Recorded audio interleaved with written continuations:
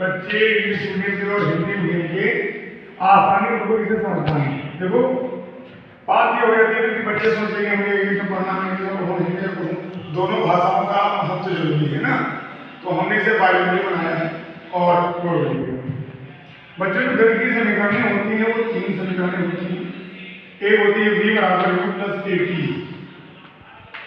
दूसरी होती है s equal to ut plus half at square, तीसरी होती है v square equal to u square plus 2as। अगर मैं यहाँ पर सिंबल्स की बात करता हूँ तो यहाँ पर आपको अलग से मैं सिंबलों के बारे में बताता हूँ। यहाँ पर u सिंबल यूज किया गया है, यहाँ पर v यूज किया गया है, यहाँ पर a यूज किया गया है, यहाँ पर t यूज किया गया है और यहाँ पर s यूज किया गया है। अगर u की बात करूँ तो ये होता है प्रारंभिक वेग। क्या होता है बच्चों? प्रारंभिक वेग। v होता है अंतिम वेग और a होता है त्वरण, t होता है समय और s होता है दूरी। एक निश्चित दिशा में ली गई है, एक निश्चित दिशा में। अगर मैं इसी बात करूँ इसमें इसको कहते हैं इनिशियल वेलोसिटी। ये है इनिशियल वेलोसिटी,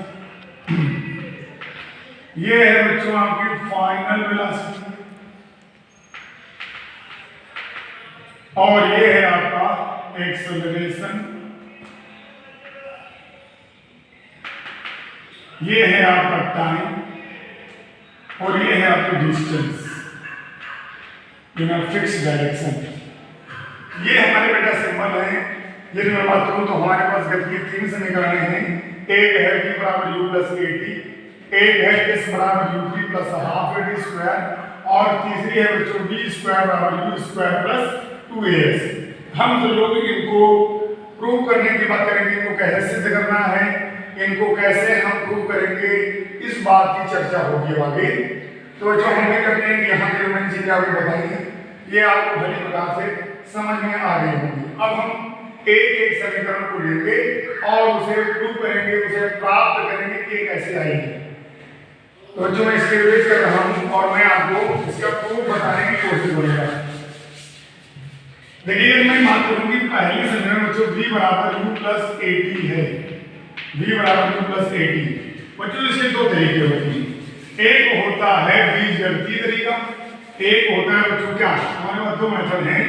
एक है बीजगणितीय तरीका, बीजगणितीय तरीका, और एक होता है ग्राफीय तरीका।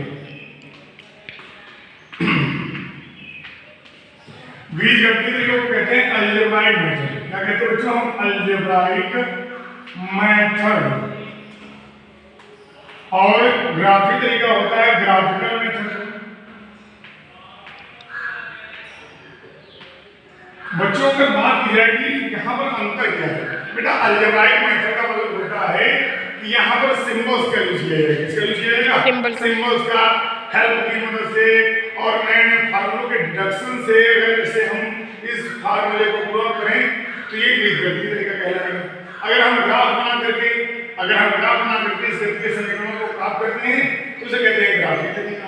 तो हम सबसे पहले स्टार्ट करेंगे आपको कि हम बीजगणितीय तरीके से बच्चों इस गति के समीकरणों को कैसे प्राप्त करेंगे, कैसे प्रूव करेंगे। बच्चों देखिए बहुत ही आसान तरीका है। अगर मैं गति के समीकरणों को, गति के प्रथम समीकरण को बीजगणितीय तरीके से बच्चों प्राप्त करूं तो बहुत ही इजी मेथड है, बहुत ही इजी वे में हम इसको प्राप्त कर पाएंगे। बच्चों कैसे? बच्चों अगर मान लिया जाए कि कोई एक वस्तु है जो प्रारंभिक वेग, जो इनिशियल वेलोसिटी u से चल रही और कुछ टाइम लगता है, कुछ समय लगता है t, अब t के बाद उसका वेग बदल करके v हो जाता है। मतलब समय लगा और समय के बाद जिस वेग से उसने यात्रा शुरू की थी, अब कुछ समय के बाद उसका वेग की जो वैल्यू है वो चेंज हो गई, या तो बढ़ गई होगी और या तो घट गई होगी। ये मैंने सिंबल यूज किया है तो सिंबल में ये बताना कठिन हो जाएगा कि वैल्यू घट रही है या बढ़ रही है। वो तो पता चलता है जब हमें वैल्यू एग्जैक्ट वैल्यू दी गई होती है तब हम तुलना करते हैं कि वैल्यू घट रही है या वैल्यू बढ़ रही है। अब बच्चों सीधी सी बात है, आपने त्वरण की परिभाषा पढ़ी है, आपने एक्सेलरेशन की डेफिनेशन पढ़ी है जब भी वेग में क्या होता है, परिवर्तन होता है बच्चों, तो एक्सेलरेशन यानी कि त्वरण उत्पन्न होता है a, और ये बच्चों क्या होता है v minus u upon t होता है कि नहीं होता है। अगर मैं इसको बेटा और ज्यादा सिंपलीफाई करूंगा और आसान तरीके से इसको सॉल्व करने की कोशिश करूंगा बच्चों, तो शायद हम क्या करेंगे, इसको हम क्रॉस मल्टीप्लाई कर देंगे इधर की तरफ, करेंगे तो नहीं करेंगे। अब देखिए b माइनस u का 1 से मल्टीप्लाई होगा तो b माइनस u आएगा, और a का t से मल्टीप्लाई होगा तो a आएगा। तो बच्चों मिल गया हमको, यहाँ पर जो माइनस वैल्यू था जब दूसरे साइड जाता है, आपको पता होगा ट्रांसफर होता है, इसमें इक्वेशन में ट्रांसफर होता है, जब वेरिएबल्स का एक से दूसरे में हम ट्रांसफर करते हैं एक साइड से दूसरे साइड, तो उनका साइन बदलता है। क्या बदलता है बच्चों?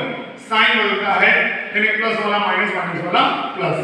तो बच्चों यहाँ से हमको मिला v बराबर u प्लस at, और बच्चों को u माइनस में था तो दूसरे साइड जाएगा तो प्लस में हो जाएगा, यानी ऐड हो जाएगा, और इस तरह से हमें फर्स्ट इक्वेशन हमको मिल गई। तो ये कितना आसान तरीका था, क्योंकि उसको हम बच्चों एक्सेलरेशन की डिफिनेशन से इसे हम गेट कर पाएंगे।